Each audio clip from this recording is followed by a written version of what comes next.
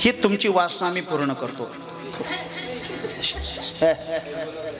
मी तुमची वासना पूर्ण करतो. तुकोबाराय सांगतात का वासना पूर्ण करणारी. मागे एकाने वासना व्यक्त केली की मला तुझ्याबद्दल बोलण्याकरता ज्ञान पाहिजे, तर त्याला तू ज्ञानाची वासना पूर्ण केली. ध्रुव बाळाला वासना पूर्ण करतो. ही तरी चांगली वासना होती ज्ञान अर्जन करण्याकरता. काम्यक वनामध्ये अर्जुन एकांतात असताना त्याला द्रौपदी बद्दल थोडस एकटा काही मजा नाही बुवा. कळलं तुम्हाला आता. ती सुद्धा वासना तू पूर्ती केली. उचलून घ्या, पाय ठेवून देते.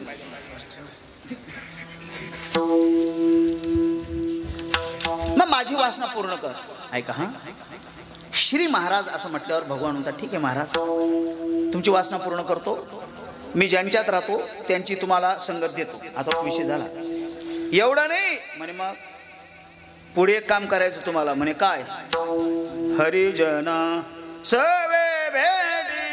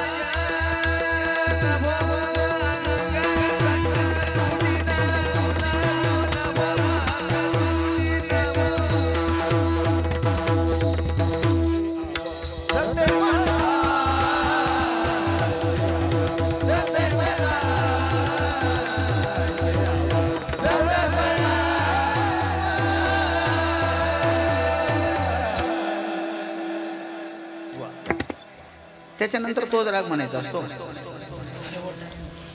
श्री महाराज सांगतात एकदा त्यांची संगत भेटली की त्यांच्यात आणि माझ्यात वियोगाचं मूळ उत्पन्न होऊ देऊ नको. न हो अंग संगत तुटी. का? पुढे प्रश्न आहे बरं का? त्याचं तर महाराज सांगतात त्यांची माझी भेट झाली का वियोग निर्माण होऊ देऊ नको. का? त्याचं उत्तर महाराज पुढे सांगतात तू का म्हणे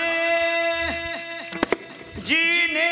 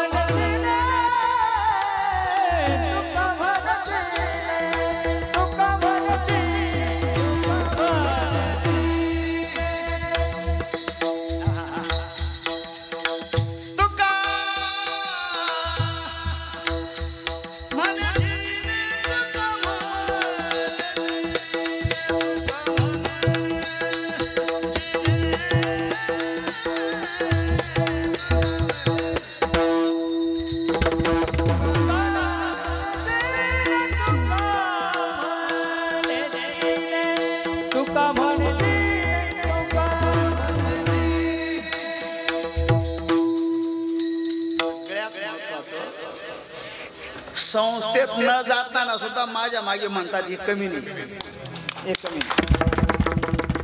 काही 8-10 वर्ष घरदार सोडून मशीन सगळं सोडून हे दिवसभर ते काम करतात आणि एवढं करतात हे सांगणं महत्वाचं. हा त्यांचा गुण आहे. सांगू तुम्हाला गुणी असतील बाकीचे पण डबल अवगुणी बी राहतात. बरोबर आहे ना. गुण कमी असू द्या पण अवगुण नसावे. त्यातली ही मंडळी पिढीजात आमचा आणि त्यांचा संबंध आहे. मी सहज मजा करतो कधीतरी एखादा नवीन घेऊन येतो. नवीन घेऊन येतो सवय आपल्याला नवीन नवीन ब्रँड आणायची.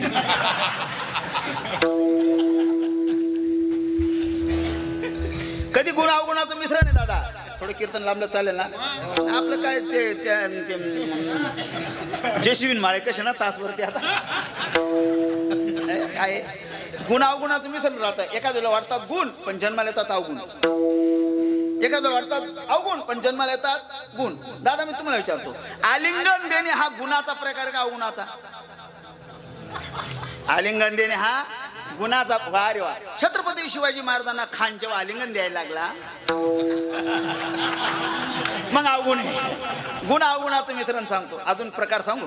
अजून प्रकार यांनी चांगली चाल म्हणणं हा गुण आहे का अवगुण आहे? गुण आहे. पण आपल्या मागे कोणाला यायला नको ही वृत्ती जिवंत ठेवणे अवगुण आहे. यांनी चांगला मृदंग वाजवणे गुण आहे का अवगुण आहे? गुण आहे. पण आडवा वाजवणे अवगुण आहे. वारे वा. तुम्ही सगळेजण कीर्तनाला येणे हा गुण आहे का अवगुण आहे?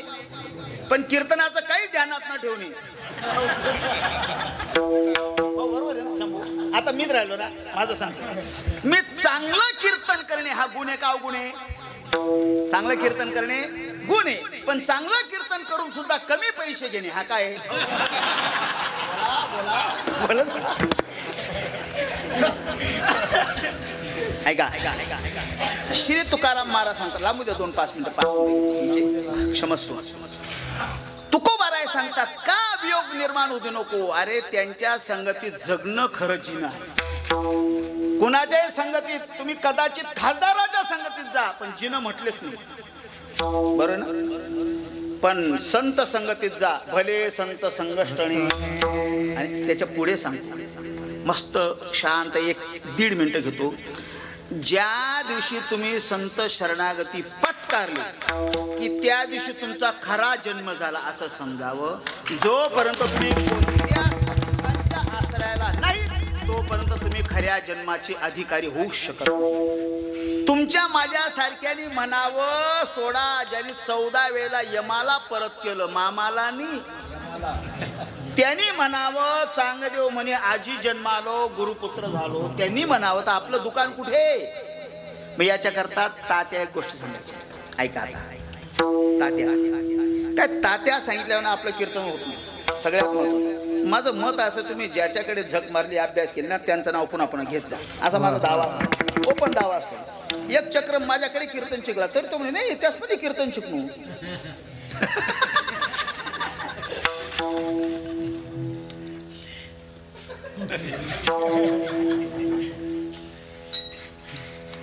तात्या म्हणायचे, एका पोरीचं लग्न झालं, मुलीचं लग्न झालं. पूर्वी मुलींचे लग्न व्हायचे. त्याला पटापट झाला, हे सहज बोलतो, सहज साळंकृत कन्यादान तुकोबारांनी का त्या ठेवले, ते माझ्या घरचं आहे का ते. मुलीचं लग्न झालं आहे का, शास्त्री गेली, पण मुलगी आध्यात्मिक कुटुंबातली होती. तिचे आई वडील वारकरी होते. जसं आज ज्यांच्याकडे आपण संत प्रसाद जेवण केलं, सगळं घर वारकरी. काय ती पूजा पाठ, मला बोलू द्या जरा, आता वातावरण आहे. हे लोक जे आमची पूजा करतात ना माऊली, आमची नाही पूजा करतात लोक. मग ऐका, राहू दे शांत. एक महाराज पूर्णत्वाला पोहोचले होते स्थितीला, आपल्या चिंतनामध्ये मस्त राहायचे. चिंतना व्यतिरिक्त त्यांना काय कोणाचं घेणं नव्हतं. पण वारे हाती मापच आले सज्जनाचे.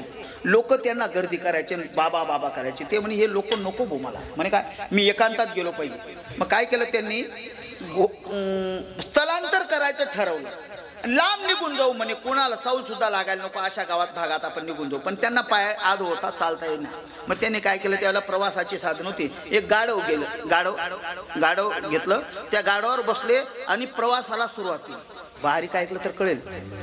गाढवावर बसून प्रवासाला सुरुवात केली. लांब 10-20 गावं गेले, उजेड पडला. मग सकाळी एका गावात ना त्यांचा प्रवास चालू झाला. तिथल्या लोकांनी ओळखले, हे महान साधू आपल्या गावात न चालले. बोलण्याची धमक हिम्मत नव्हती कोणाकडे. पण त्यांनी काय केले, फक्त असे हात जोडले. त्यांनी असे हात जोडले.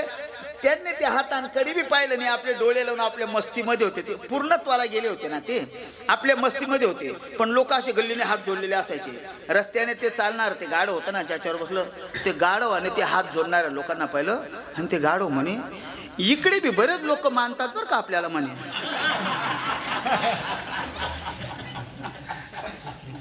कळते ना आता तुम्हाला कीर्तन. मग मला म्हणायचं, समाजाने जे हात जोडले होते दादा, ते गाढवाला नाही, कोणाला जोडले होते, साधूला जोडले होते. बरं ना. गाढव म्हणे मला हात जोडतात, तो त्याचा गाढवपणा आहे, तो त्याचा गाढवपणा आहे. पण हात साधूला जोडले होते. ध्यानात तुमच्या. थांबा, लोक आमची जी पूजा करतायत ना, आमची पूजा करीतच नाही. आम्ही संप्रदायाचं व्रत स्वीकारलं म्हणून लोक पूजा करतात.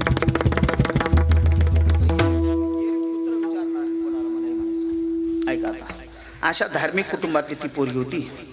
सासरी गेली, पण सासर नास्तिक होतं, या क्षेत्राशी निगडीत नव्हतं. पण पोरगी अशी पॉवरफुल होती, सकारात्मकतेचा भाव जिवंत होता. तिने काही दिवस आपल्या सासूच्या मनासारखं वागले. सासूला माळ घालायला लागली एका महात्म्याच्या. ऐका आता, नंतर नवऱ्याच्या मनासारखं वागली. नवऱ्याला माळ घालायला लागली एका महाराजांच्या हातून. पण सासरा विचित्र होता, मर्यादेचा कालखंड होता. सासऱ्यापुढे तिचं काही धकलंच नाही.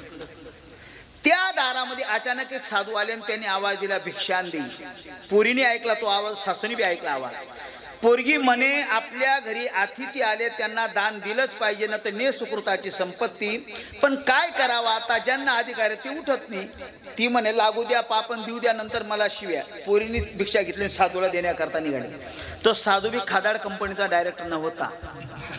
तो म्हणे बाई म्हणे थांब, तुझी मला भिक्षा नको. म्हणे का बरं? ज्यांना अधिकार आहे ती भिक्षा देत नाही, तू नवकी पोरगी तू मला भिक्षा देते, थांब देऊ नको. ती म्हणे या बाबा पटकन घ्या, मला घरातले काम करायचे. ठीक आहे म्हणे घेतो भिक्षा, पण माझी एक आट आहे. म्हणे काय? माय तुझं वय काय तेवढं सांगून दे मला. ती पोरगी म्हणे बाबा तुम्हाला वयाशी काय घेणं देणं, भिक्षा घे ना. तो म्हणे भिक्षा नको, अगोदर तुझं वय सांग. ती पण चांगल्या संस्काराच्या घरातली पोरगी होती. तिने 1 मिनिट डोळे लावले आणि स्मरण केलं. म्हणे बाबा माझं वय 8 वर्षाचं आहे. लग्न झालेली पोरगी 8 वर्षाचं वय. बाबा म्हणे मग बाई तुझ्या सासूचं वय काय? म्हणे त्या फक्त 4 वर्षाच्या आहेत. घरी घेऊन जा सगळ्या महिला. असा मग बाई तुझा नवरा किती वर्षाचा आहे? म्हणे ते 2च वर्षाचे आहेत. कळते ना आता. आणि मग तो साधू म्हणे बाई तुझा सासरा तो टप झाला पाहून जन्माला नाही आणणार. कळून घ्या. मग तो म्हणे बाई मला हे काही गुड उलगडलं नाही. ती म्हणे बाबा त्याचं कारण असं आहे, 8 वर्षापूर्वी मी एका साधूंच्या आश्रयाला गेली, माळ घातली, त्या दिवशी माझा जन्म झाला. 4 वर्षापूर्वी माझ्या सासूबाईंनी माळ घातली, त्या दिवशी त्यांचा जन्म झाला. 2 वर्षापूर्वी पतिराजाने माळ घातली, त्या दिवशी त्यांचा जन्म झाला. सासरा अजून जन्माला आला नाही. आता ध्यानात ठेवा कोण कोण जन्माचे अधिकारी आहेत, कोण कोण नाही आहेत, कुणाकुणाचं वय काय काय. आणि असं म्हणा कुणाचे 2-2दा जन्म झाले. कळलं ना मला काय म्हणायचं आता. भले संत संघर्षण तुका म्हणे जिने, भले संत संघर्षणे ऐशी आवडते म्हणा.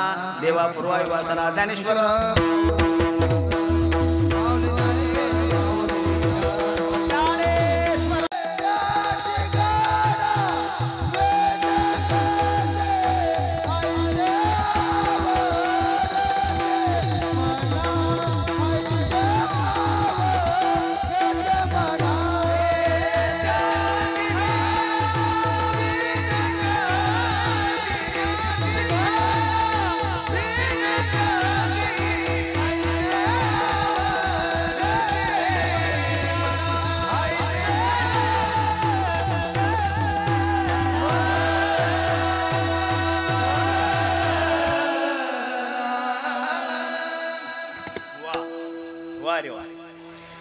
मला असं आवडतं म्हणे.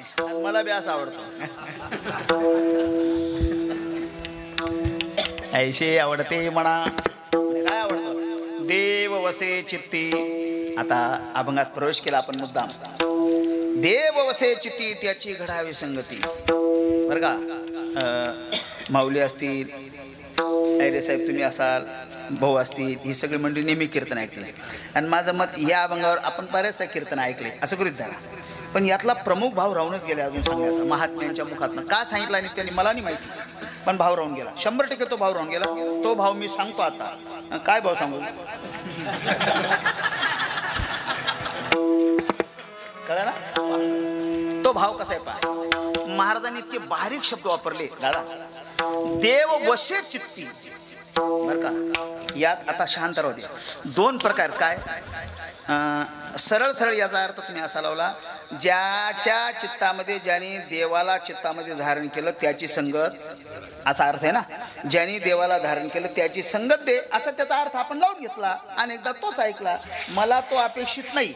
मी त्याच्यावर केस काढून अभ्यास करून मंथन करून दीर्घ वेळपर्यंत त्याच्यावर काहीतरी चिंतन केलं, मग त्यातला अर्थ वेगळा निघतो. तो आता आमच्या तात्या म्हणायचे अजून सरळ एखादा कीर्तनकार असं म्हणेल तुकाराम महाराज अभंगात हे म्हणतात, तुला काय माहिती त्यांना काय म्हणायचं म्हणे. मग तात्या म्हणायचे, तात्या सांगतो मी, जर महाराजांना या अभंगातनं काय म्हणायचं हे जर तुला लोकांना सांगायचं असेल ना परफेक्ट, तर त्या अभंगाची दीर्घ वेळपर्यंत सेवा कर. आणि काही काळ त्या अभंगाशी निगडीत सेवा केली तर तुकोबाऱ्या तुझ्या हृदयात प्रगट होतील. आणि मग ते सांगतील मला ह्या अभंगात हे म्हणायचं आहे. हे काय का खूप वेळ चिंतन करतो मी. देव अशी चित्ती म्हणजे काय? ज्याने चित्तामध्ये देव धारण केला त्याची संगती, असं सरळ अर्थ लावून घेतो आपण. सरळ अर्थ नाही इथे. मग अर्थ कसा आहे पा वेगळा. आता विद्यमान ह्या स्थितीला मी इथे कीर्तन करतो.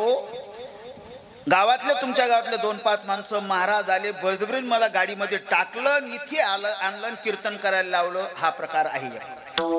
तिकून मला आणलं, उचललं, तुम्ही करा कीर्तन इथे आणि तेच कीर्तन करावं लागेल. मी तुम्हाला असं म्हणा, त्या गावांना जास्त धीर आहे ना, ते चालणार, इथे कीर्तन करा असं तुम्ही मला म्हणा. इथे कीर्तन करायला लावणं हा प्रकार एक आहे. दुसरा प्रकार सांगू काय? इथलं वातावरण चांगलं झालं, हे मला आवडलं की मी स्वतःहून इथे कीर्तनाला येणं हा प्रकार वेगळा आहे. कीर्तनाला आणणं प्रकार वेगळा आणि मी स्वतःहून कीर्तनाला येणं प्रकार वेगळा. तुकाराम महाराजांनी असं नाही म्हटलं, ज्यांनी बळजबरीने देव चित्तात धारण केला त्यांची संगत दे, असा शब्द नाही. म्हणजे मग स्वतःहून देव ज्यांच्या चित्ताचा आश्रय करत असेल त्यांची संगत दे. देव वसे चित्ती असा प्रवेश केला फक्त आपण. इथे कीर्तन संपून टाकतो, प्रवेश केला दादा फक्त. एक म्हणे का हो, देव चित्तामध्ये स्वतःहून, मी जसं बोललो ना, इथलं चांगलं वातावरण पाहिलं की मी स्वतःहून कीर्तनाला येऊ शकतो, तसं देव त्यांच्या हृदयामध्ये स्वतःहून जाऊ शकतो. पण कोणाच्या? ज्यांनी आपल्या चित्ताची स्थिती शुद्ध केली असेल त्यांच्या. जोपर्यंत तुमचं चित्त शुचिर्भूत नाही तोपर्यंत देव तुमच्या हृदयात येऊ शकत नाही. याच्याकरता तुम्हाला पंचतंत्रातला एक उदाहरण गोष्ट सांगेल, नंतर शुद्ध करण्याकरता काय काय उपाय ते पण सांगतो. चित्त जोपर्यंत शुद्ध होत नाही तोपर्यंत भगवान तुमच्या हृदयामध्ये येणार नाही. याला प्रमाणही सांगेल आणि गोष्टही सांगेल. काय झालं, एक महात्मा आपल्या आश्रमात राहायचे. छोटासा आश्रम होता त्यांचा. त्यांच्याकडे सगळी गॅस स्टोव आकडा टाकून काहीच कार्यक्रम नव्हता. मग आपलं उदरनिर्वाह हा प्रकार भागवण्याकरता ते काय करायचे, दुपारी 10 वाजता झोळी घ्यायचे आणि गावामध्ये ठराविक ते 4 घर माधुकरी मागायची आणि आपलं सगळं भागवायचे. मला माधुकरी वेगळी आणि भीक वेगळी, असंच ना भाऊ? माधुकरी वेगळी आणि भीक वेगळी. मला वाटतं आळंदीला जे विद्यार्थी अभ्यासाकरता जातात ते जी मागतात त्याला काय म्हणतात? माधुकरी. माधुकरीची ताकद सांगतो तुम्हाला. माधुकरी मागण्याकरता असे पोरं जरी त्या शेजारच्या गावांमध्ये गेले तरी त्या गावाचे ते ठराविक घर, कोणत्या बी घरी नाही बरं, ठराविक ते घर आहे, दररोज त्याच घरी जायचं असे घर असतात. त्या घरी ते घरातले माणसं माधुकरी देतात अशा पोरांना, त्यांचं पूजन करतात आणि त्यांचं दर्शन घेतात. असं एकाने विचारलं, अहो आई साहेब, तुम्ही आमच्या आईसारखे आहेत म्हणे, तुम्ही माधुकरी देतात हेच फार झालं, तुम्ही आमच्या पायाकावर पडतात. त्या बाईचं अंतकरण असं बोललं, आम्ही तुमच्या पाया पडतो याचं कारण असे म्हणे, काय, आमच्या पूर्वजांनी जो मूर्खपणा करून ठेवला तो काळिंबा पुसण्याकरता आम्ही सगळं करतो म्हणे. हे कळायला जरा अवघड असेल. यांनी ज्ञानोबांना निवृत्तीनाथांना माधुकरी दिली नाही म्हणे, तो काळिंबा पुसण्याकरता आम्ही असं तुमच्या पाया पडतो म्हणे. हे एक उत्तर आहे. आणि दुसरं उत्तर असे, तुमच्या पाया पडतो वयाचा विचार आम्ही करीत नाही तरी तुमच्या पाया पडतो याचं कारण न जाणं तुमच्या निमित्ताने ज्ञानोबा आमच्या घरी येऊ शकतात कधीतरी. महाराज माधुकरीला जायचे. आता ऐका बारी, ठराविक 4 घर होते. त्या 4ही घरी माधुकरी महाराज मागायचे. पण त्या 4ही घरातलं पहिलं एक घर होतं ना, त्या घरातली ती माय माता माऊली असं कीर्तन श्रवण करणारी इथे महिला फार उपस्थित होतो. मला आनंद वाटला सगळ्या गोष्टींचा आनंद. जेवणापासनं तर पत्रिकेमध्ये कीर्तन सेवेचं दातृत्व ह्या सगळा प्रकार पाहिल्यावर मला आनंद वाटला. मी पुढे बोलणार आहे ते. हे सगळ्या महिला पाहिल्या बरं वाटलं. त्या ती माय जी होती ना माधुकरी वाढणारी, ती न जाऊन श्रवणातली असेल, कीर्तन ऐकणारी असेल, ती महाराजांना माधुकरी द्यायची, दर्शन घ्यायची आणि महाराज दररोज येत जा अशी नम्रपणाने हात जोडून म्हणायची आणि एक शब्द वापरायची, महाराज माझा एक प्रश्न आहे त्याचं उत्तर द्यावं महाराज. ऐका हा, आता माझा एक प्रश्न आहे त्याचं उत्तर द्यावं महाराज. महाराज प्रश्न काय ते विचारित नव्हते. नंतर त्या बाईला महाराजांनी विचारलं, बाई तुम्ही दररोज प्रश्न विचारतात म्हणे. दररोज विचारते, तुम्ही उत्तर का बरं देत नाही? महाराज म्हणे, माय वेळ आली का मग उत्तर देईल म्हणे. पावर का, प्राप्त काळ घडी आल्या विन परमार्थात प्राप्त काळ घडी पाहिजे. वेळ आली की उत्तर देईल म्हणे, वेळ आली की उत्तर देईल. एक दिवशी ती बाई म्हणे, महाराज उद्या कनी सणासुदीचा गुढीपाडव्याचा दिवशी माधुकरी घ्यायला उशीर आहे. आम्ही बाई प्रश्न करायची दररोज बरं, पण प्रश्न काय करायची सांगत नाही अजून. ते म्हणायचे वेळ आली की उत्तर देईल. एक दिवशी त्या बाईने, त्याच दिवशी दुसऱ्या दिवशी गुढीपाडवा होता, आदल्या दिवशी ती बाई म्हणे महाराज उद्या जरा उशिरा या म्हणे. बरं बरं बरं बरं बरं म्हणे का बरं? उद्या सणासुदीचा दिवस आहे, स्वयंपाकाला वेळ लागेल म्हणे. बरं बरं बरं बरं पण महाराज सांगा ना तो प्रश्न, त्याचं उत्तर. मग महाराज म्हणे बाई प्रश्न काय आहे तुझा? ते म्हणे प्रश्न काही नाही, गोकुळामध्ये ज्या भगवान कृष्ण परमात्म्याने, प्रश्न पा कसा गोडी, ज्या गवळींना वेळ लावलं होतं, ज्या गवळींनी त्याला पाहिलं की विसरल्या कामधंदा सासू सासऱ्याची नाही मर्यादा, ज्या गवळींनी इतक्या आहारी गेल्या होत्या की दही घ्या दूध घ्या म्हणणं कधीच विसरल्या होत्या, गोविंदापर्यंत त्या पोचल्या होत्या,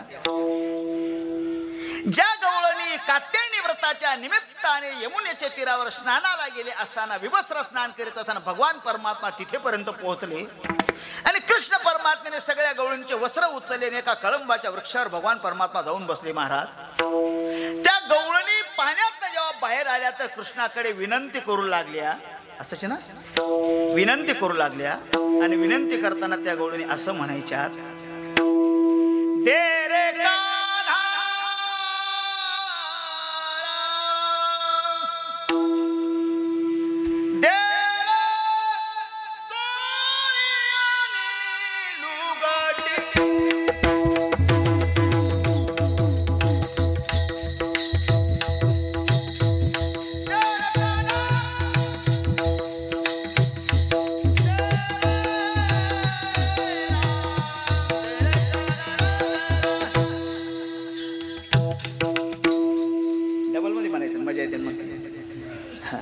महाराज तो कृष्ण परमात्मा माझ्या हृदयामध्ये कधी प्रगट होईल सांगा.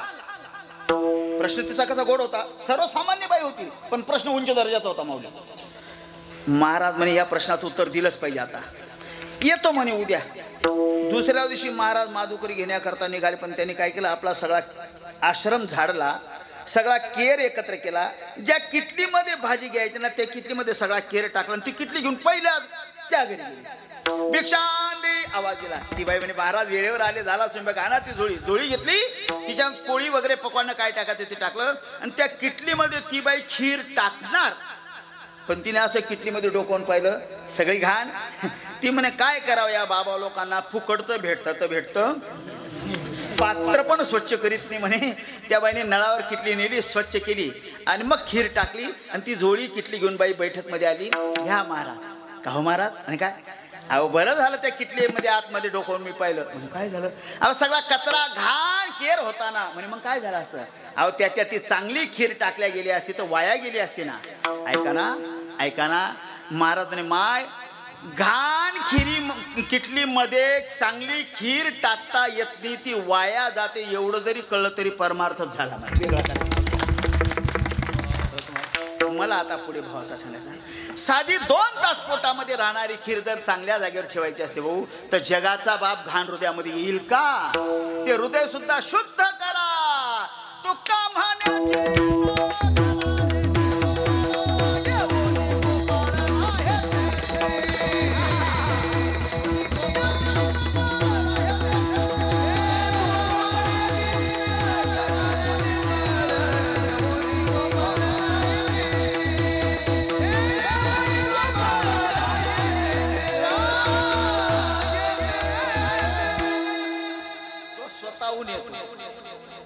तयापासी मी पांडवा हरपलो गिवसावा जेथ नाम घोष बरवा करीती. म्हणजे स्वतःहून त्यांच्या चित्तामध्ये क्षत्र संन्यास घेतो. आणि अजून तुम्हाला सांगतो, दररोज कीर्तन ऐकता तुम्ही, हे तुमच्याकरता नवीन नवीन मला सांगावं लागते. भगवान म्हणतात मी कोणाच्या बी चित्तात जात नाही. अरे चांगला कीर्तनकार असेल तर त्याला ठोकरवतो म्हणे मी. ऐका आता, कोणाच्या चित्तात जात नाही म्हणे. मग एक ओवी सांगतो, कळलं तरी चालेल, नाही कळलं तरी चालेल, पुढे आता लाख सोडेल मी, त्याला काय महत्व नाही ना. पण कधीतरी चांगलं ऐकणाऱ्यांचं समाधान. भगवान म्हणतात मी कोणत्या बी साधूच्या हृदयात राहत नाही म्हणे. मग ओवी सांगतो बरं का, जया निजिलिया उपासी वैराग्य गा, हे अवघड टोकी. त्याचा अन्वय अर्थ असा आहे, ज्ञानोबा भगवान सांगतात हे अर्जुना, मी त्या साधूंच्या हृदयामध्ये जातो म्हणे. कोण्या? जे साधू झोपले असताना सुद्धा वैराग्य त्यांची उपासना करत असेल त्यांच्या हृदयात मी राहतो म्हणे. कळलं ना? अवघड. पण मी याच्याच करता विवेकानंदांचे सद्गुरू रामकृष्ण परमहंसांकडे भेटण्याकरता एक ग्रस्त गेला. ते झोपले होते. शिष्य म्हणे जाता येणार नाही, महाराज झोपले म्हणे, मला फक्त लांबून दर्शन घ्यायचं आणि प्रवासाला जायचं. तो दर्शन महाराज झोपले होते. तो चांगला असेल बिचारा. त्याने खिशातलं 1 रुपयाचं नाणं काढलं. परमहंसांचा हात असा होता, त्या हातावर 1 रुपयाचं नाणं ठेवलं. हातावर झोपलेल्या व्यक्तीच्या हातावर 1 रुपयाचं नाणं ठेवल्यावर सुद्धा परमहंसांचा हात खिशाकडे नाही गेला, असा पालथा झाला. जया निजल्या वैराग उपाशी वैराग्य का. आशांच्या चित्तामध्ये मी राहतो म्हणे, आणि आशांच्या चित्तामध्ये मी राहतो ना, मग त्याची मला संगत व्हावी. देव वशे चित्ती. आता दुसरा मुद्दा थोडासा सांगतो, वेळ संपला. चित्त शुद्ध करण्याकरता काय काय केलं पाहिजे. ज्ञानेश्वर महाराजांनी उपाय सांगितले माऊली 2-4. म्हणजे काय, चित्त शुद्ध करण्याकरता पहिला अज्ञान चित्तातनं काढून टाका, चित्त शुद्ध होईल. नंबर 2, हे काम क्रोधादी विकार चित्तांत काढून टाका, चित्त शुद्ध होईल. नंबर 3, सगळ्यात महत्वाचा अभिमान चित्तातनं काढा, चित्त शुद्ध होईल. अज्ञान चित्तातनं काढा, चित्त शुद्ध होईल. जोपर्यंत अज्ञान आहे तोपर्यंत चित्ताला स्थिरता आणि शुद्धता नाहीच. अज्ञाना काय, समाजामध्ये ज्ञानी माणसाला किंमत आहे का अज्ञानाला किंमत आहे मामा. ज्ञानी माणसाला किंमत आहे, बरोबर ना. ज्ञान नसेल तर कोण कोणाला विचारतं. शाळेमध्ये त्याच पोरांना मान असतो. कोणत्या पोरांना. मागच्या बेंचवर. अरे वा.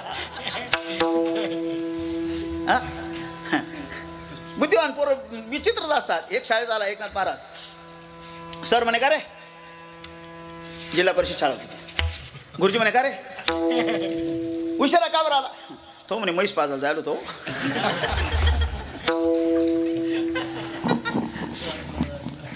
उभा राय, अभ्यास करतो का म्हणे. हो गुरुजी दररोज अभ्यास करतो. एका प्रश्न विचार का म्हणे. विचारा ना. आता गुरुजीने त्याला प्रश्न विचारला. म्हणे का रे बा. म्हणे काय, लिंग किती आहेत रे लिंग. हा व्याकरणातला विषय ना.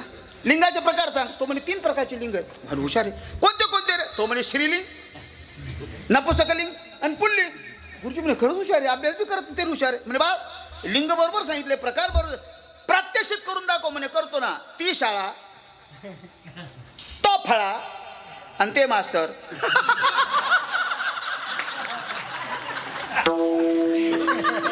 तो याला बुद्धी असे म्हणतात. बस तू तू मागचा तू भरायला, तो भरायला.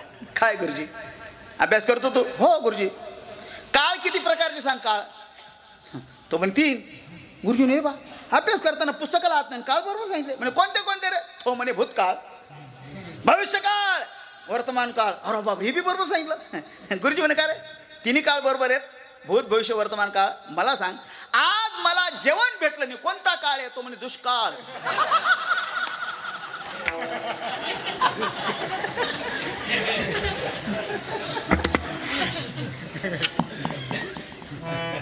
पोरं विचित्र राहतात बरं. उत्तर द्यायला लागलेत पोरं. काय आमच्या गावाला एका गुरुजींनी पोराला विचारलं. म्हणे का रे नालायक दररोज शाळेत येत नाही. एका मिनिटात एक उत्तर दे. विचारा गुरुजी. नाही का 15 फळांचे नाव सांग. एका मिनिटात सांग. वेळ पाठ सांग पडकन. हुशार होते म्हणे. सफरचंद, आंबा, चिक्कू आणि 1 डझन केळं.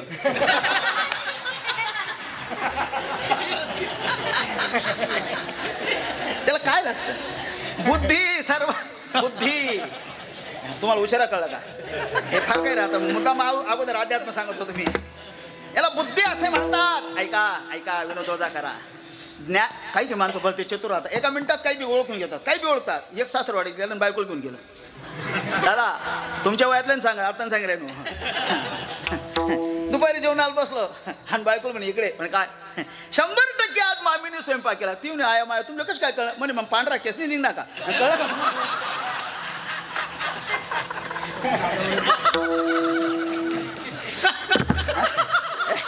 अमरे याला नाही ज्ञानेन सदृशम पवित्रम हे विद्यते. ज्ञानात येते कैवल मिती शास्त्रेषु दिंडिमा. शास्त्र दवंडी देऊन सांगता गणू थांब दम मार दरासा पुढे काय काय घडतं पाय. ऐका आता अज्ञान आहे तोपर्यंत चित्त शुचिर्भूत होत नाही. नंबर 2 जोपर्यंत तुमच्या हृदयामध्ये अभिमान आहे ना तोपर्यंत चित्त शुचिर्भूत होणार नाही. मग परमार्थ करणार काय करा. परमार्थ कमी करा भाऊ, पण आपला अभिमान धुवून टाका. अभिमान धुवून टाका. म्हणे का अभिमान तुम्हाला एक दिवस घात करणारे. घात. शंकराला घात करावा लागतं. काय अभिमान. शंकराचार्य आचार्य गावातनं फिरत असताना पुढे चालत होते आणि त्यांच्या पाठीमागे त्यांचे 4 शिष्य चालत होते. त्रोटकाचार्य, वल्लभाचार्य, सुरेश्वराचार्य आणि पद्मपादाचार्य. 4 शिष्य मागे चालत होते. गुरु महाराज पुढे चालत होते. पूर्वीचे शिष्य मागे चालायचे. हे बी कळायला जड होतं तर काय सांगू आता. शंकराचार्य एका घरी थांबले आणि असे पत्रे होते. पत्रे मावठी म्हणायचे पाहते पूर्वी त्याला. आता वेगळे शब्द असतील. मावठी त्याला पिंजरा टांगला होता. शंकराचार्य तिथे थांबले, जोरजोरात हसायला लागले. त्या पिंजऱ्यामध्ये नाही, पोपट नाही, पोपटाची बायको. पोपट नव्हता ना, मला तेच म्हणायचं. तुम्हाला रिक्षावाला नाही बरं का. शांभू, पोपटाच्या बायकोचं नाव काय ते तुम्हाला नाही सांगता येणार. कासार खेळायला जाणं पडेल.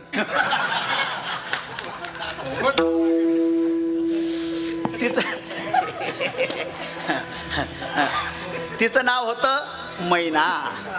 ऐका आता किती बारीक आहे. विनोदातनं चांगलं सांगतो ना मी. तिचं नाव काय होतं? मैना. शंकराचार्य तिच्याकडे पाहून हसत होते. मी एक पोऱ्या म्हणे, गुरुजी हसायला काय झालं? जाऊ दे ना, ती मैना आहे. शंकराचार्य म्हणे, बावळ्या तिच्याकडे पाहून नाही हसत म्हणे. मग खाली पाय काय आहे?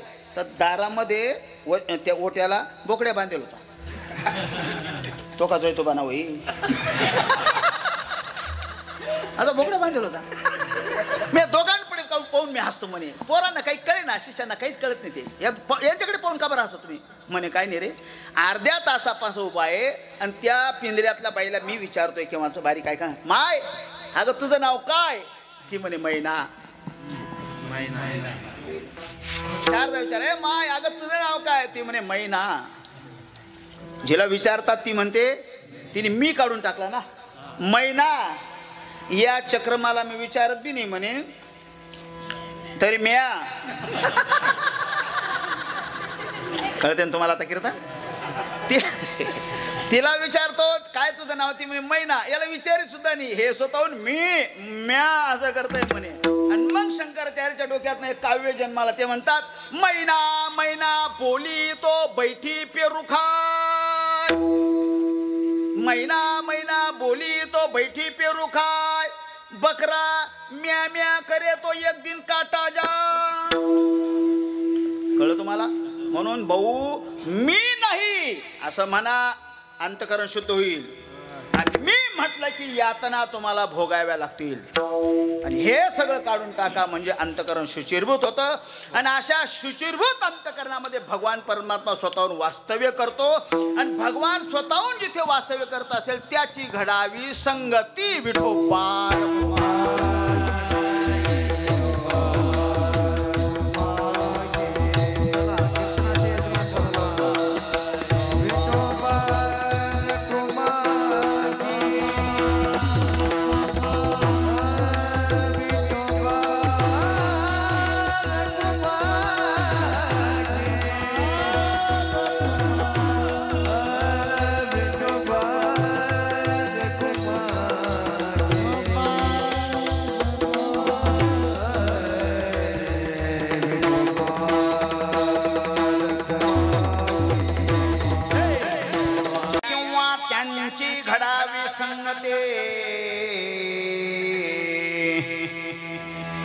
ऐसे आवडते मना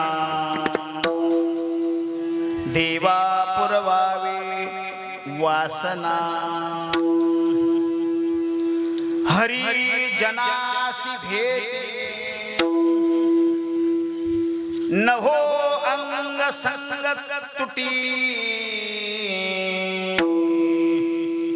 ऐसे आवडते मना देवा पुरवावे वासना. तुका म्हणे जिने भले संत संगष्टणे.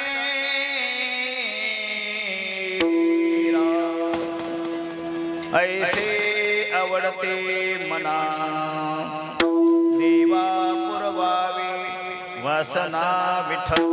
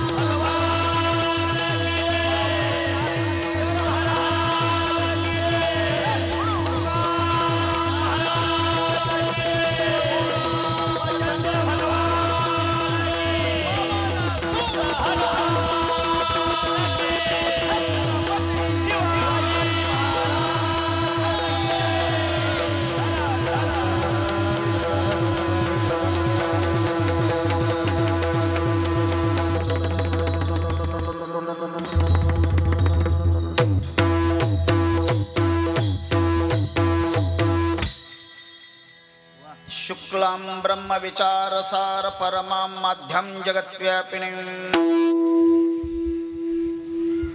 वीणा पुस्तकधारयिनीमभयदां जड्ढन्धकारापहम् हस्ते स्फटिकमालिकां विदधतीं पद्मासने संस्थितं वन्दे त्वां परमेश्वरी भगवतीं बुद्धिप्रदां शारदां शारदा शारदां भोजवदना वदनाम्बुजेत् सर्वदा सर्वदास्माकं सन्निधिं क्रियात् पांडुरंगा कुरु प्रथम नमन पांडुरंगा करू प्रथम नमन पांडुरंगा करू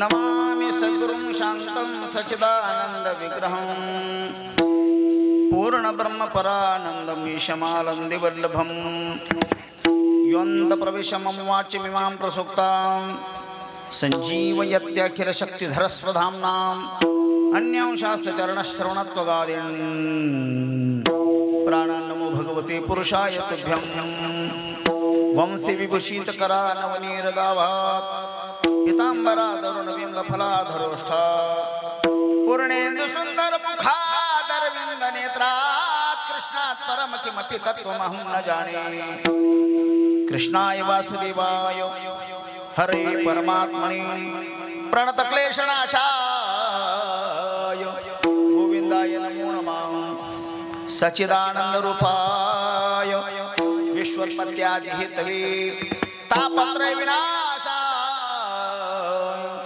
श्री कृष्णाय वयं नमो मस्तक हे पायावरी या वारकरी संतांच्या अदौरामतपोवनादिगमन महत्वा मृग कांचनं वैदेही हरणं जटायुमरणं सुग्रीव संभाषणं वाली निर्दलनं समुद्रतरणं लंकापुरीदानं पश्चाद् रावण कुंभकर्ण हननम् एतद्धि रामायणं सेवेला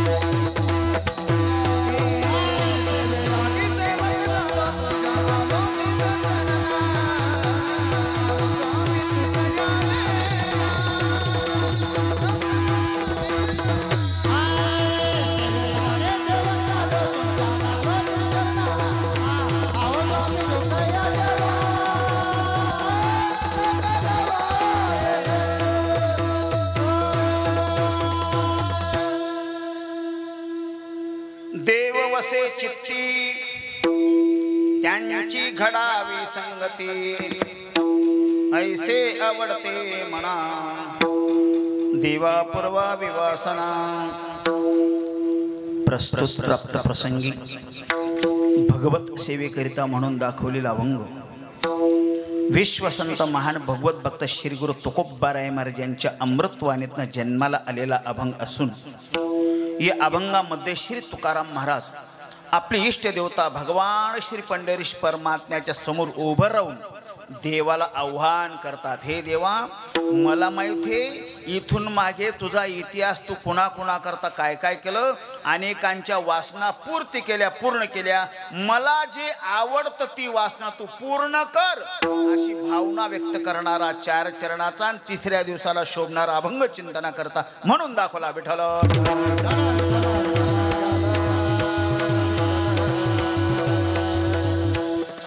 श्री तुकाराम महाराजांचा सोन अभंगामध्ये महाराज देवाला विनंती करतायत, माझी इच्छा आवड पूर्ण कर.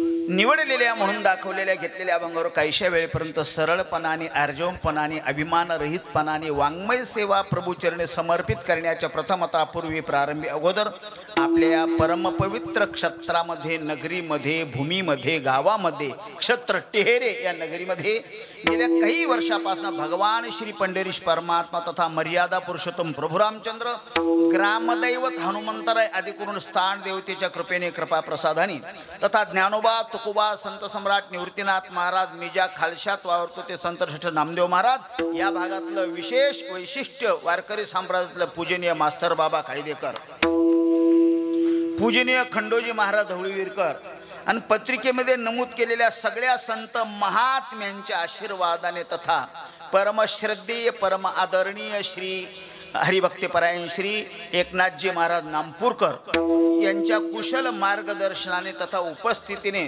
आणि आमचे महात्मे महाराज मंडळी त्यात मला वाटतं हरिभक्तपरायण रवींद्र महाराज असतील, रवी महाराज असतील, हरिभक्तपरायण गणेशजी महाराज असतील, हरिभक्तपरायण श्रावणजी महाराज असतील, हरिभक्तपरायण शेखर महाराज, नाव माझ्या लक्षात नाही बरं का, शेखर कधी मला चहा बी पाहिजे नाही त्या भाऊनी कसं नाव ध्यान मारेन ते एकदम खर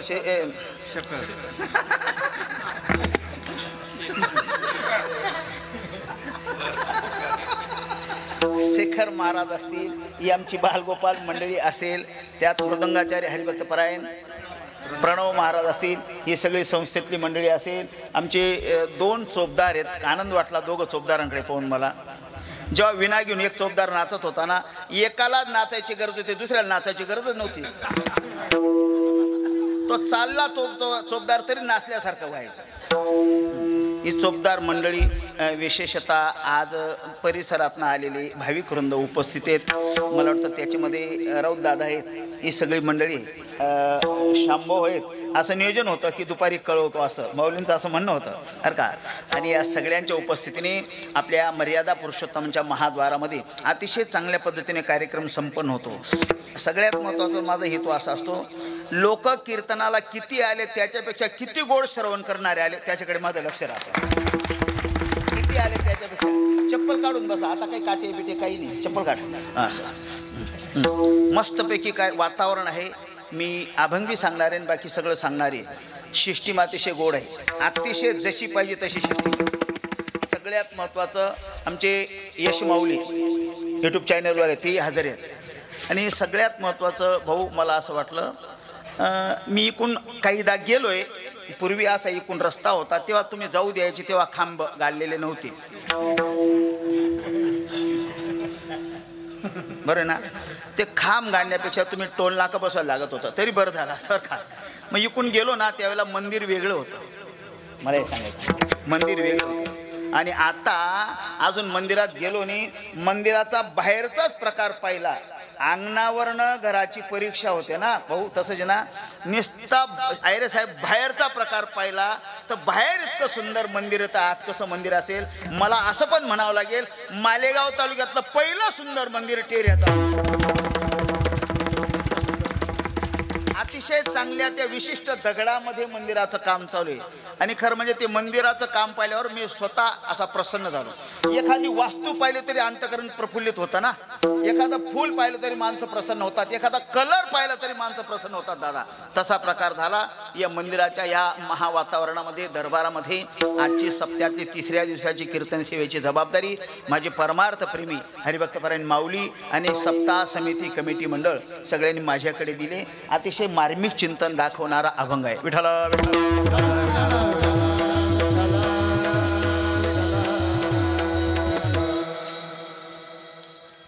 या अभंगामध्ये श्री तुकाराम महाराजांनी आवड व्यक्त केलेली आहे. अभंगाचा प्रमुख विषय आहे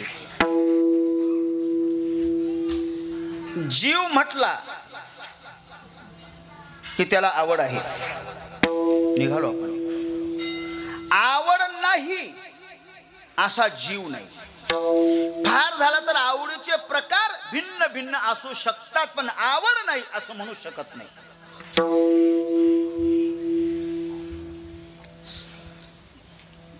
वेदांत शास्त्रामध्ये आवडीचे प्रकार कथन करीत असताना असं कथन केले गेलेले आहे. प्रकार पाडले, प्रकार वर्गीकरण केलं. एकाला सर्व आवडत नाही, सर्वांना एकच आवडत नाही, एकाला एक आवडत नाही आणि सर्वांना सर्व आवडत नाही. किती किती प्रकार सांगितले मी. एकाला एक आवडत नाही, एकाला सर्व आवडत नाही, सर्वांना एक आवडत नाही आणि एकाला सर्व आवडत नाही. 4 प्रकार सांगितले. तसे 4 आणि तसे 2. ऐका आता. जीव म्हटला की त्याला आवड आहे. ज्या ग्रंथराज ज्ञानेश्वरी पारायणचं इथं प्रयोग सिद्ध होतोय. मला माहिती नाही किती लोक पारायणाला बसले, त्या विषयाला स्पर्श करत नाही, पण पारायण चालू आहे इथे. त्या पारायणामध्ये तुमची उभी गेली असेल कदाचित. ज्ञानेश्वर महाराजांनी आवडीचा विषय हाताळत असताना ज्ञानेश्वरी ग्रंथामध्ये माऊली म्हणतात, अरे आवडीनुसार प्रत्येकाचे नाव वेगळे वेगळे असतात, आवडीनुसार प्रत्येकाची वेशभूषा वेगळी वेगळी असते आणि आवडीनुसार प्रत्येकाचं वर्तन वागणं सुद्धा वेगळं वेगळं असतं. किती गोड आहे पाना. ज्ञानोबा सांगतात. वाजवा. याचे नामे ही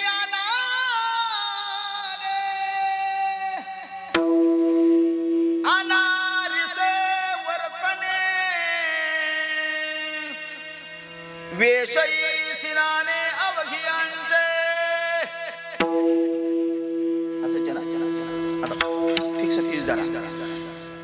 याचे नामे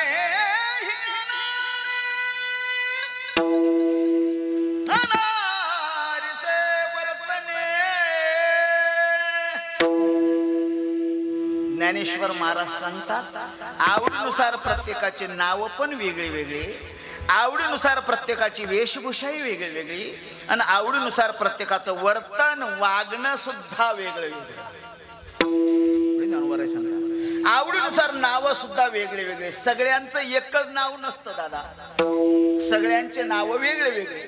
बरोबर आहे ना. सगळ्यांचे नाव वेगळे वेगळे. मी असं म्हणतो, कुणाचं काय नाव असेल मला भरोसा नाही, सांगता नाही. फार झालं तर नावासारखी वर्तणूक नसेल,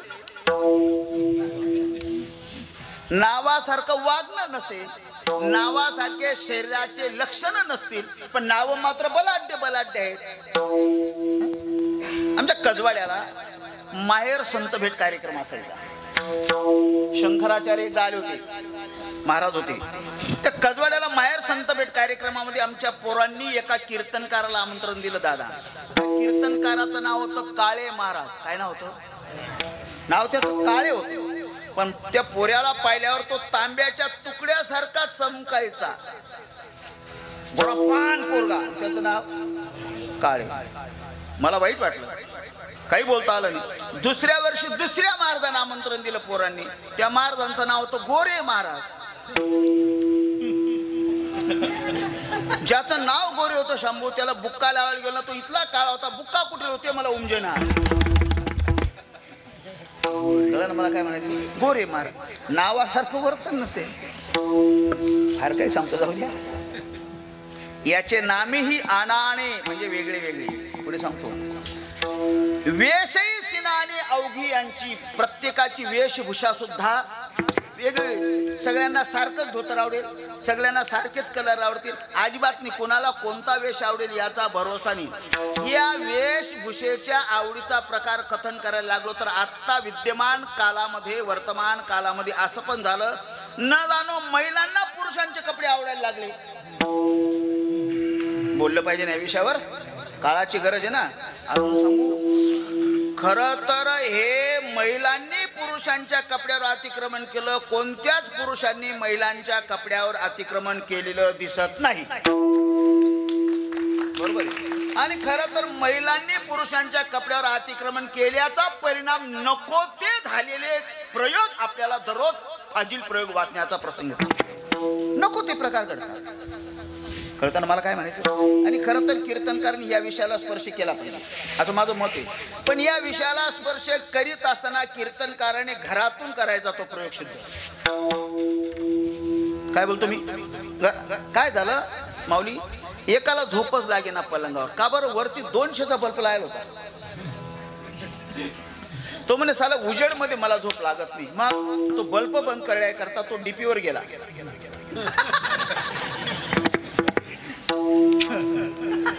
दिवो पाळायला. एक म्हणे काय कावर? म्हणे मला बल्ब आहे घरामध्ये झोप लागत नाही. बावड्या डीपवर यायचं काय कारण? तो तुझ्या शेजारी बटन होतं ना तिथे. घरातले बटन नीट ठेवा, बरोबर काम. कपड्यामुळे घोळवी होतो दादा. मी विनोदाने सांगतो, विनोद करतो. पुण्याला आमचे सगळे मंडलेश्वर होतो, अमृत जोशी, लहवीतकर, सगळे आम्ही कीर्तनाला होतो. कीर्तन जोरात रंगात आलं आणि एक पोरगा बडबड करायला लागला. मी म्हटलं बोल नको रे. तो पोरगा तरी शांत राहिला आणि पुन्हा बडबड करायला लागला. मला राहुल्या गेल्याने म्हटलं बोल नको रे. तो पोरगा काहीच बोलला नाही. दादा त्या पोराच्या मागून एक ग्रस्त म्हणे, महाराज चुकीचं बोलतायत तुम्ही. म्हटलं काय? तो पोरगा नाही म्हणे.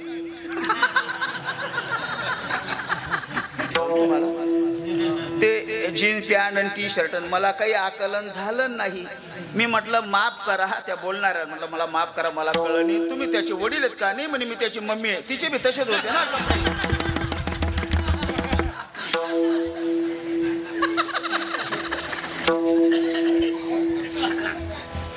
बारीक बारीक कीर्तन आहे का भाऊ? एक जवळ एक सासून असं नाही सांगणार, मला जमत नाही. ऐका, आवडीनुसार वेशभूषाही वेगळी वेगळी. त्याच्या पुढे सांगू आता अति महत्वाचा मुद्दा. आवडीनुसार प्रत्येकाचं वागणं सुद्धा आनान वेगळं वेगळं. सगळ्यांना ऐरे साहेब सारखं वागणं आवडणार नाही. वागण्याचा प्रकार सांगतो. एक वर्ग असा आहे, आपल्याला कोणी दुःख दिलं तरी त्याला तो दुःख देत नाही असा एक वागणारा एक वर्ग आहे. दुसरा वर्ग असा आहे, आपल्याला कोणी दुःख दिलं तर त्याला सोडतच नाही हा दुसरा वर्ग आहे. आणि तिसरा वर्ग आहे, आपल्याला कोणी दुःख देव नाही तर नको देव. कळलं तुम्हाला आता कीर्तन? पहिला वर्ग हा सांगितला, कोणी आपल्याला लाख दुःख दिलं तरी आपल्याकडनं कोणी दुःखी होता कामा नये. न जाणू ही तुकोबऱ्यांची व्याख्या त्याच्या आचारसंहितेमध्ये महाराज सांगतात. कोण्याही जीवा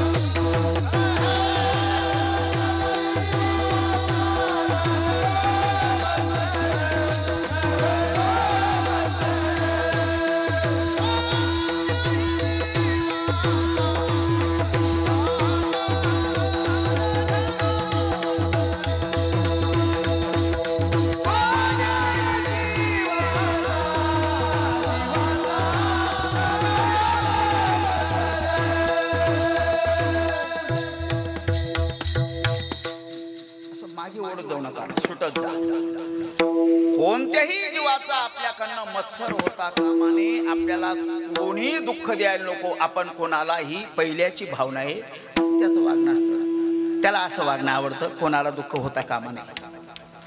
दुसरं असं आहे, त्याचं वागणं कसं आहे, त्याला काय आवडतं. हा तो म्हणे आपण कोणाच्या रस्त्याला वाटेला जायचं नाही, पण आपल्या कोणी पाय ठेवला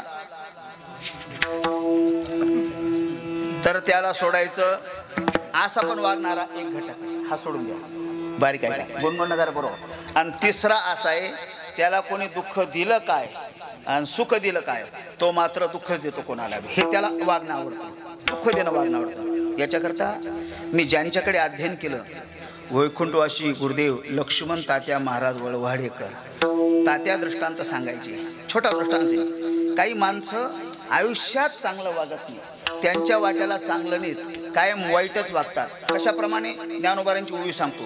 ज्ञानोबाराय सांगतात, असं कधी चुकून होऊच शकत नाही. म्हणे काय, आपा नाचेने तोंडे काही सुगंध येणे घडे. हे ज्याला कळलं चांगले, नाही कळलं डबल चांगले. आपण वायू कधी सुगंध घेऊन येत नाही, तसं काहींचं जीवन चांगलं नाही. मग काय झालं, तात्या काय म्हणायचे, एक चौकामध्ये एकाचं घर होतं. त्या चौकातनं लोक ये जा करायचे. त्याचं वय बरसच झालं होतं. लोक अंगणातनं गेले, त्यांनी फक्त पाहिलं पाहिजे, कोण गेला आपल्या अंगणातनं, त्याला तो शिव्या द्यायचा. शिव्या देणं एवढं खास वाईट.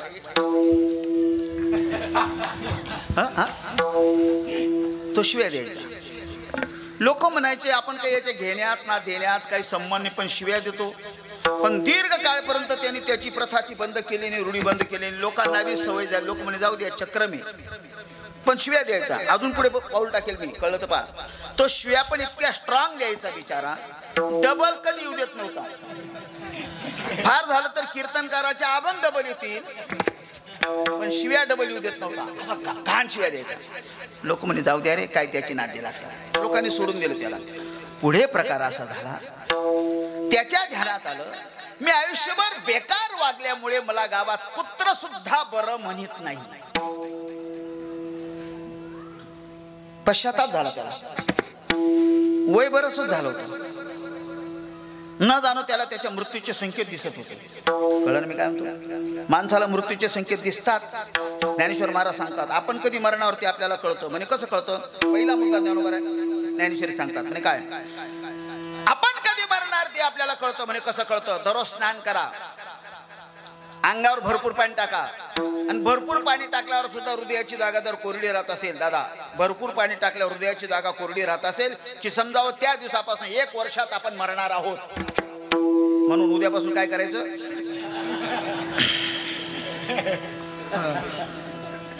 बाकी ना पूलवरती उडी मारली ती, पण कोडे राहू नको. ऐका, त्याच्या ध्यानात आलं, मी मरून जाईल.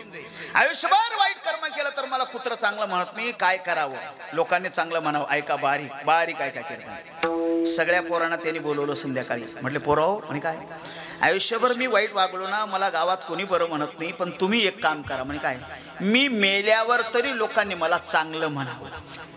म्हणजे मरणोत्तर पुरस्कार आहे ना ती पद्धत आहे. मी मेल्यावर मला लोकांनी चांगलं म्हणावं. काय त्याचं नशीब, दुसऱ्या दिवशी म्हातारा मेलं.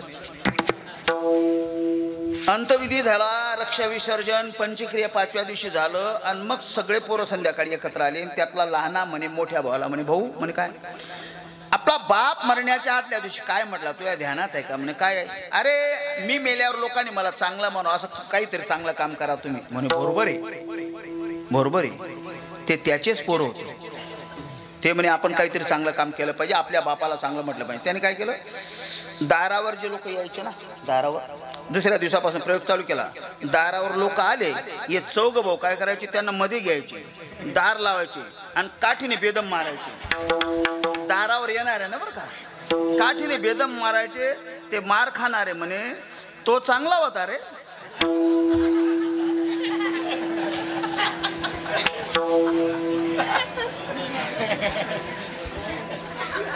कळण तुम्हाला, इतकं बारीक ऐकायची सवय ठेवा. त्याला कीर्तन असे म्हणतात, ढोबळपणा नसतो. हा हा हा एकाचा वागण्याचा प्रकार आहे, त्याला हे आवडतं. कळलं तुम्हाला. चला पुढे, चला पुढे, बोलू नका, वेळ कमी. पुढे प्रकार असे पडतात. 1 वर्ग पामर, नंबर 2 विषयी, नंबर 3 मुमुक्षू, नंबर 4 मुक्त आणि नंबर 5 जीवनमुक्त. पैकी पामराची आवड वेगळी विषयीची आवड वेगळी, मुमुक्षूची आवड वेगळी, मुक्ताची आवड वेगळी आणि जीवनमुक्ताची आवड वेगळी. किती मारी नुसतं विनोद नाही सांगणार मी, पण काहीतरी चांगलं सांगून देईल. ते काही फुकट नाही कळत बाकीच्यांना, ते मी कळत नाही. काय करू मी आता, उशीर आहे. पामरची आवडी काय आवडे? ज्ञानेश्वरी उघडा. आखाद्याचनी भोजने स्वैरश्री सन्निधाने. ज्ञानेश्वरी महाराज सांगतात, शास्त्राने माणसाला जे जे नको करायला सांगितलं ते ते रात्रंदिवस करत राहणे ही पामराची आवडी.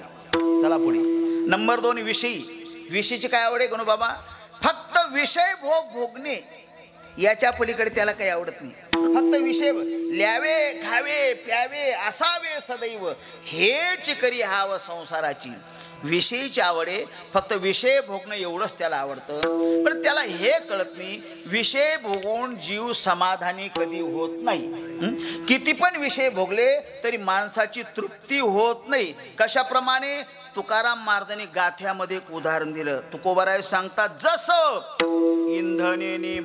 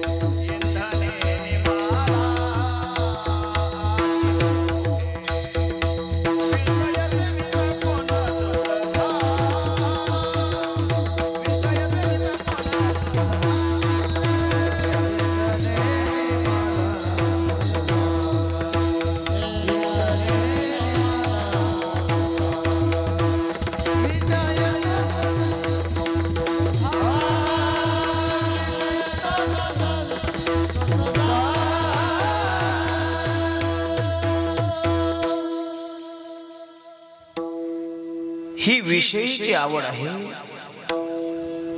मृत्यू लोकामध्ये असेपर्यंत विषय भोगणं त्याला आवडतं बाप हो. पण मृत्यू लोकातलं आयुर मर्यादा संपली की त्याची भावना पुन्हा संपत नाही. तो म्हणतो मी स्वर्गात गेलो पाहिजे आणि स्वर्गात विषय भोगायला भेटले पाहिजे. म्हणते संसारी जन्मीजे यज्ञाधिक कर्म कीजे मग स्वर्ग सुख भोगीजे मनोहरे. ही विषयीची आवड आहे. तिसरा क्रमांक आहे त्याचं नाव आहे साधक किंवा मुमुक्षु असं म्हणतात. मुमुक्षु म्हणण्यापेक्षा नेहमी कीर्तन ऐकणारे माणसे थोडं सांगतो त्याचं खरं नाव साधक आहे. विचार सागर नावाच्या ग्रंथामध्ये पंडित निश्चल दासजींनी त्याला साधक म्हटलं. साधकाची आवड वेगळी. त्यात पुन्हा त्यांनी बारकावा शोधला. त्या साधकांमध्ये 2 प्रकार पाडले. म्हणजे कोणते कोणते? एक मंद साधक आणि तीव्र साधक. एक मंद साधक आहे, एक तीव्र साधक आहे. मंद साधक कोणाला म्हणतात आणि तीव्र साधक कोणाला म्हणतात त्यात पुन्हा त्यांनी बारीक नियोजन असं केलं. हे कीर्तनाला येणारे सगळे साधकच आहेत. कोण आहेत? कीर्तनाला येणारे सगळे साधकच आहेत. पण याच्यामध्ये काही तीव्र साधक आहेत आणि काही मंद साधक आहेत. तीव्र आणि मंद यातला अंतर असे, कीर्तन सुरू होण्याच्या अगोदर पटकन जाऊन आपली आपली जागा धरावी, चांगलं श्रवण करावं. हा साधक आहे. पण कोणता आहे? तीव्र साधक आहे. त्याचा शेजारी दुसरा साधक आहे, त्याचं नाव आहे मंद साधक आहे. तो कीर्तनाला येतोच, येत नाही असं नाही, पण तो म्हणतो जाऊ ना, अजून बाबा सवर्णाने कळतं ना, अजून महाराज आले नाही. दुसऱ्याने सांगितलं अरे महाराज येऊन गेले, थांब ना मग अजून महाराज अभंग घेतील. एक म्हणे अभंग बी घेतला महाराजांनी, चाल ना. तो म्हणे जाऊ ना, अजून ते 2 बुकायला येतील ना. इथे इथे कळतं ना, हा साधकच आहे पण हा मंद साधक आहे. ऐका, हा मंद साधकाची आवड नाही सांगणार, तीव्र साधकाची आवड सांगेल. तीव्र साधकाला काय आवडतं? पुन्हा ज्ञानेश्वरी आणि तुकोबारायांचा गाथा डोळ्यासमोर ठेवा. ज्ञानेश्वरीमध्ये ओवी आली, तुकोबारायांनी अभंग ठेवला. काय? कैये बिरडे फिटेल कैतो स्वामी भेटेल युगाहुनी वडील निमिष मानी, ही ज्ञानोबारांनी साधकाची आवड व्यक्त केली आणि तुकोबारांनी आवड व्यक्त केली. महाराज सांगतात कै खंड येईल कर्म पारू शक्तील धर्म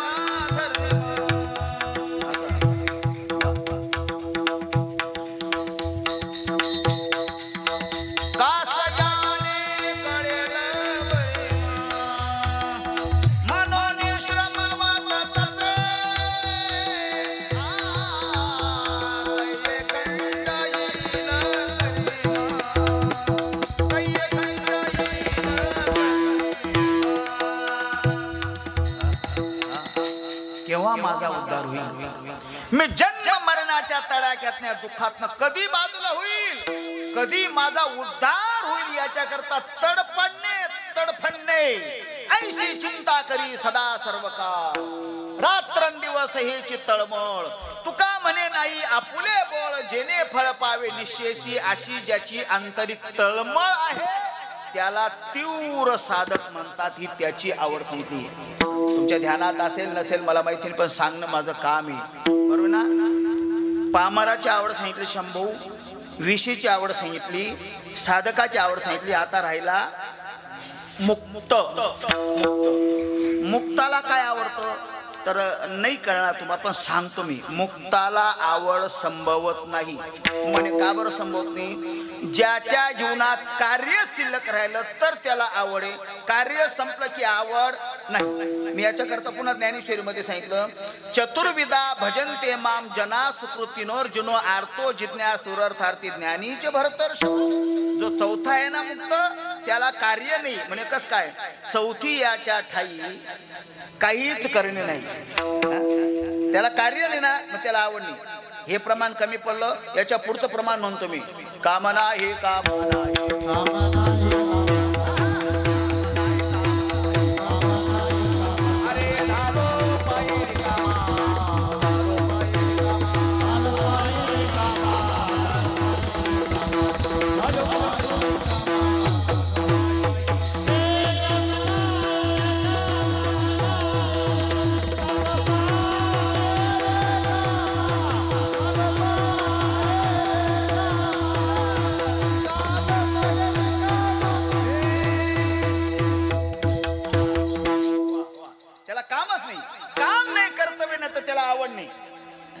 चौथी याच्या ठाई पहिलं सांगितलं.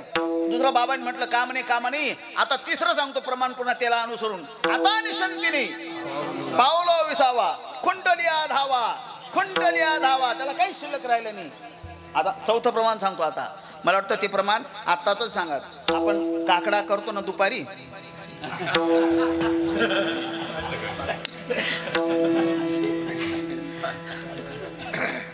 त्या काकड्यातलं प्रमाण सांगतो. जो मुक्त आहे ना त्याला कार्य नाही, ते काकड्यातलं प्रमाण सांगतो. सुखे मी निजलो गा शून्य सरुनी देखे,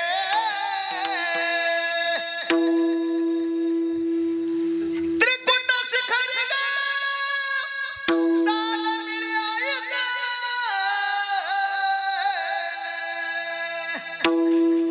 त्याला कार्य नाही, त्याला काम नाही, काम नाही तर त्याला आवड बी नाही. हा चौथा झाला. ऐका बारीक. आता राहिला पाचवा. त्याचं नाव आहे जीवनमुक्त. जीवनमुक्त कुणाला म्हणतात ते पण सांगतो. जीवनमुक्त याला म्हणतात स्वप्रयत्नाने साधनेने जन्म मरणातील दशा प्राप्त झाल्या संपल्यावर मुक्त होतो. कळते ना. स्वप्रयत्नाने साधनेने जन्म मरणातीत हा प्रकार संपून मुक्त होतो.